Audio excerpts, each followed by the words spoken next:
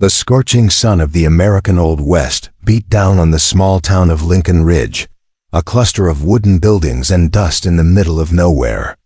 It was the kind of place where law was a suggestion and survival, an art. In the heart of this arid and unforgiving landscape lived a man marked by time and life, Jeremiah "Red" Thompson. Red, in his early 50s, was a legendary gunslinger, but his glory days were slipping away like sand through his fingers. His blue eyes, once so sharp, now carried the weight of countless duels and losses.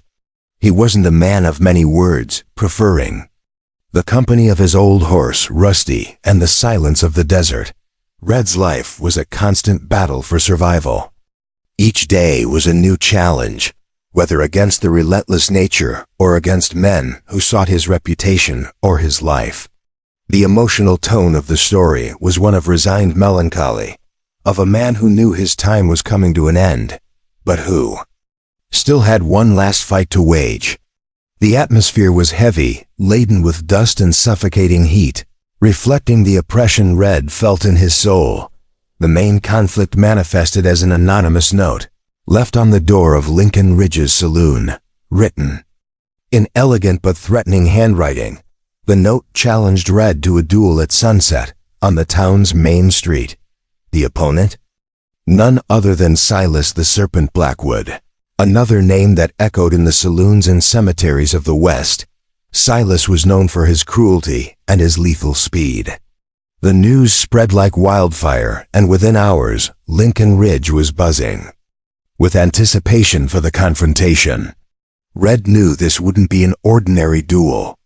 There was something more, a shadow from the past he couldn't identify, but which tormented him.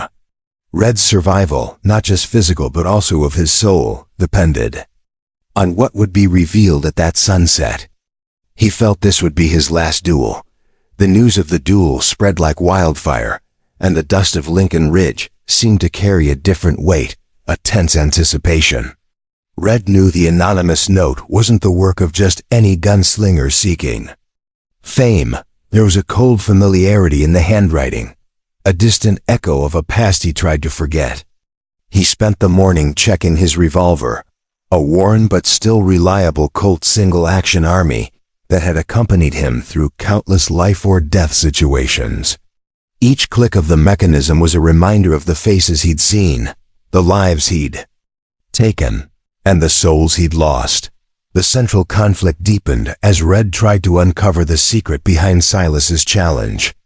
Why now? And why Silas, who rarely got into duels without a clear motive, like money or direct revenge? Red sat in a corner of the saloon, observing people coming and going. He noticed a man with a gloomy demeanor and evasive eyes, John Fingers Malone, a disreputable informant Red had known for a long time. Malone, always looking for an opportunity to earn a few dollars, seemed strangely agitated. Red felt that Malone was the key to the mystery. Malone tried to avoid Red's gaze, but the old gunslinger wasn't to be ignored. With a subtle nod, Red called Malone over to a corner. "What do you know about this duel, Malone?" Red asked, his voice low and hoarse. Malone hesitated, clearing his throat. "They say it's an old score to settle, Red. Silas has a debt to collect," Malone replied, nervousness evident in his tone. Red narrowed his eyes. "What debt?" Malone finally relented, revealing the twist. Years ago, in Wichita, there was a train robbery. One of the bandits betrayed the others and escaped with the gold. Silas lost a brother that day. He swears the traitor hid in Lincoln Ridge. The revelation hit Red like a shot. Wichita, the robbery. He knew that story. He had been a part of it. The obstacles became clearer. Red wasn't just facing Silas, but also a ghost from his own past. Silas Blackwood wasn't just any enemy. His reputation for ruthlessness was justified by a life of suffering and loss. Silas's sister, Lillian Blackwood, an ethereal and mysterious figure who always accompanied him from a distance, was a silent witness to Silas's relentless pursuit of justice. She was Silas's moral compass, though he often ignored her advice. Every time Red found himself in front of the saloon, he saw Lillian's thin, dark figure watching him from a hotel balcony, her dark eyes piercing his soul, as if she already knew. The secret he carried, the memories of the Wichita train robbery, which Red had suppressed for years, resurfaced with overwhelming force. He had participated, yes, but he wasn't the traitor.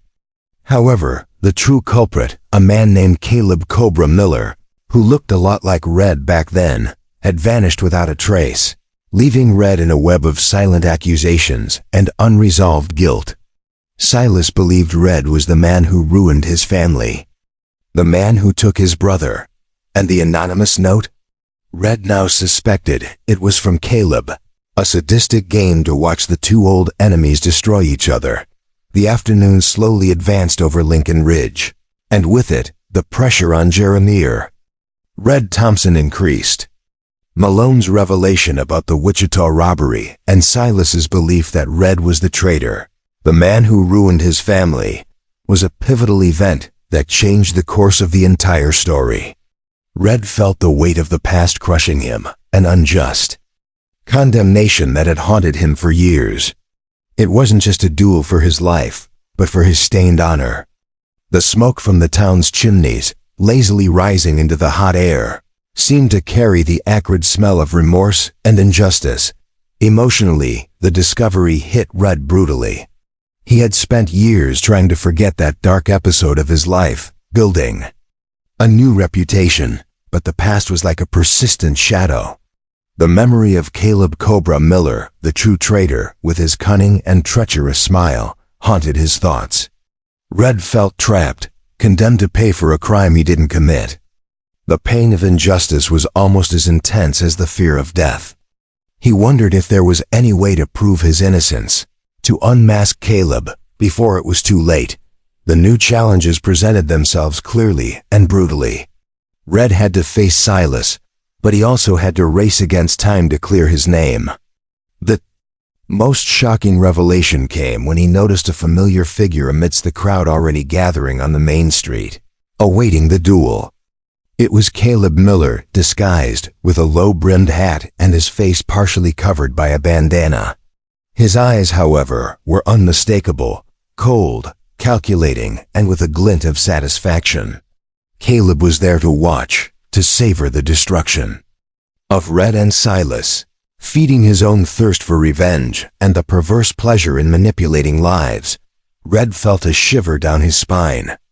Caleb wasn't just watching, he was behind everything. The anonymous note, the information Silas had received, it all pointed to him. Caleb wanted Red and Silas to kill each other, eliminating any loose ends from his criminal past. Red needed to act, and fast. He couldn't simply duel with Silas knowing the true culprit was there, watching the spectacle. But how? How to warn Silas without appearing to be stalling for time or trying to escape? Time was running out. The sun was already beginning to tinge the sky orange and red, announcing dusk and the inevitable confrontation. The revelation of Caleb Miller's presence was a devastating blow to Red, but it also ignited a new spark in his spirit. Resignation gave way to fierce determination. He wouldn't die for a crime he didn't commit, much less under the eyes of the true culprit. His journey of overcoming began the instant he caught sight of Caleb's snake-like eyes. Red had to be smarter, faster, and above all, more just. With the sun already dipping dangerously on the horizon, Red sought out the local sheriff, an old, tired man named Sheriff Miller, who had kept the peace in Lincoln Ridge for years, more out of weariness than conviction. Red pulled him aside, his voice low and urgent. "Sheriff, the man who robbed the train in Wichita and killed Silas's brother is in this town. He's here to watch us die," Red whispered, discreetly pointing to Caleb, who was at a safe distance, blended into the crowd. Sheriff Miller, who knew the story of Wichita, widened his eyes. "Are you sure, Red?" "That's a serious accusation," Red nodded. "He's using me, Sheriff. And he's using Silas. He sent the note." Red's personal transformation arc unfolded at that moment. From a tired and resigned gunslinger, he became a man seeking redemption and justice, not only for himself but for Silas. The old Red, who preferred solitude and silence, was now seeking allies and trying to uncover the truth to prevent an even greater tragedy. Moments of reflection and difficult decisions came to the fore. Red knew he couldn't prove Caleb's guilt with just his word. He needed evidence. He remembered a detail. During the robbery, Caleb wore an obsidian ring with a carved serpent, a gift he always proudly displayed. If he could get Caleb to show the ring, Silas would believe him. But how? The duel was imminent. Red decided that the only way to get Silas's attention and expose Caleb was during the duel itself. It would be risky, a desperate gamble that could cost him his life, but it was the only chance to clear his name and prevent Silas from making an irreparable mistake. He took a deep breath, feeling the weight of the revolver on his hip. The tension was palpable on Lincoln Ridge's main street. The murmurs of the crowd grew louder, and the sound of the local church bells, announcing the final hour of the day, seemed like a death knell for the two gunslingers. Lincoln Ridge's main street was in an almost unbearable silence. The sun now, an orange fireball, touched the horizon, painting the sky with dramatic hues.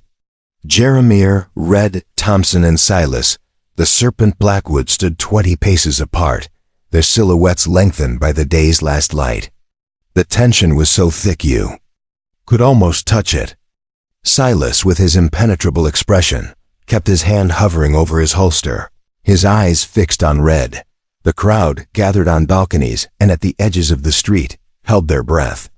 Lillian Blackwood, pale and teary-eyed, watched from a window, praying for her brother. The sound of a distant bell marked the moment. It was time. Red knew he couldn't just draw and shoot. He had to act differently. The instant Silas began to move his hand towards his revolver, Red did something unexpected.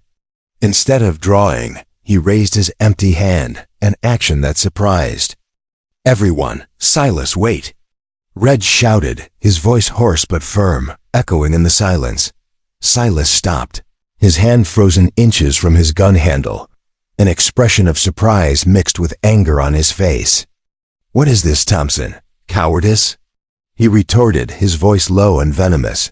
"No, it's the truth," Red replied, quickly pointing to the corner of the street where Caleb Miller was trying to blend into the shadow of a barrel. "That man there. Silas, that's the real culprit behind the Wichita robbery. That's the man who killed your brother." The crowd turned, following Red's gaze. Caleb, caught by surprise, tried to flee, but Sheriff Miller, who was already in position, blocked his way. "Stay where you are, Miller," the sheriff bellowed, his hand on his own revolver. Caleb, cornered, reacted with desperation. He drew a small gun hidden in his sleeve and fired randomly at the sheriff. The shot narrowly missed its target, hitting the saloon wall. The street turned chaotic for a second, with screams and people ducking. In that instant of confusion, Silas's attention was divided between Red and Caleb. "He has the ring. The obsidian ring with the serpent. The same one he always wore in Wichita." Red shouted, seizing the distraction. The mention of the ring was the catalyst. Silas remembered his brother describing the traitor's ring. His eyes widened. With a swift movement, faster than anyone expected, Silas drew his revolver and shot. Not at Red, but at Caleb. The shot was direct. Caleb Miller fell to the ground, the obsidian ring visible on his finger, the stone serpent seemingly mocking him in death. Silence returned, this time deeper and more shocking. Caleb's body lay in the middle of the street, irrefutable proof of the truth. Silas looked at Caleb's body, then at Red, his eyes filled with a mixture of fury and newfound pain. The resolution of the main conflict was dramatic and unexpected. Silas's revenge was fulfilled, but not against whom he expected. The duel was not between the two gunslingers, but between the past and the truth. The shot that ended Caleb Miller's life echoed in the memory of Lincoln Ridge's inhabitants for years. The traitor's inert body lay in the dust, and with it, the heavy burden Red carried was lifted, but not entirely dissipated. Silas Blackwood, his revolver still smoking in his hand, looked at Red with an intensity that spoke more than 1,000 words. The fury that had consumed him for so long transformed into an emptiness, a belated realization of the truth. The consequences of Red's actions were profound. He not only saved his own life but also prevented Silas from taking revenge on the wrong person, a revenge that would have haunted him forever. Lillian Blackwood descended from the window, her steps hesitant, and ran to Silas. She embraced him, relieved, but with the sadness of discovering the truth etched on her face. "He wasn't who you thought, Silas," she whispered. Her voice choked. Silas merely nodded, his eyes fixed on Caleb's body. Vengeance, when it finally arrived, didn't bring the expected satisfaction. Only a different pain, the pain of lost time and twisted justice. The loose ends of the plot were tied up in the final scene. Sheriff Miller, though shaken, ensured order and the removal of Caleb's body. The truth about the Wichita robbery, which had hung like an urban legend, was finally revealed in Lincoln Ridge. Red, who had lived under the shadow of unjust accusation, was seen in a new light by the town. No longer just a legendary gunslinger, but a man who, despite his dark past, sought justice and truth, even risking his own life. The ending was tragically satisfying for Silas, who saw justice for his brother done, but not by his own hands and against whom he expected. For Red, the ending was bittersweet. He had survived, his honor was clean, but the experience left him even more exhausted, his soul burdened by the violence of the West. There was no happy ending for men like him, only a continuation of the struggle for survival in an unforgiving world. The months following the Lincoln Ridge duel brought a strange calm to Jeremiah "Red" Thompson's life. The dust of truth had settled, but the mark of the events remained. Red stayed in Lincoln Ridge for a while. The town now viewed him with a mix of respect and curiosity, but the Old West was a place of constant movement, and he knew his time there was running out. He spent his days in silence, watching the sun rise and set. The memories of the duel and Caleb Miller's face etched in his mind. Silas Blackwood, for his part, was never the same. The discovery of the truth, though it brought a form of justice, also left him with a burden. He and his sister Lillian left Lincoln Ridge a few days after the confrontation, seeking a new beginning somewhere the shadows of the past couldn't reach them so easily. Rumors said they settled on a small farm in Missouri, trying to live a quiet life, far from the violence that had consumed them for so long. The central lesson of the story for Silas was that blind revenge can lead to destruction, and that true justice often reveals itself in unexpected and painful ways. For Red, the main lesson was that redemption is a hard and solitary path. He had faced his demons and, in a way, conquered them. But the cost of survival in such a brutal world was high. He finally decided it was time to leave behind the life of a gunslinger. He sold his old horse, Rusty, to a young rancher who promised to take good care of him, and caught a train north to unexplored territory, where perhaps he could find some peace in his final years. The sun of Lincoln Ridge continued to set, day after day, over the street where the last duel had taken place. The story of Red and Silas became a whispered legend in the saloons, a narrative that spoke of betrayal, justice, and the inevitable brutality of the American frontier. Caleb Miller's name was forgotten, erased from memory like the dust he became. Red, on his new journey, carried with him the wisdom that, even in a world of relentless survival, truth and the pursuit of it are the only weapons that can truly free a soul. He ended his story on a note of serene melancholy, a man who, despite everything, had found his own form of peace amidst the chaos.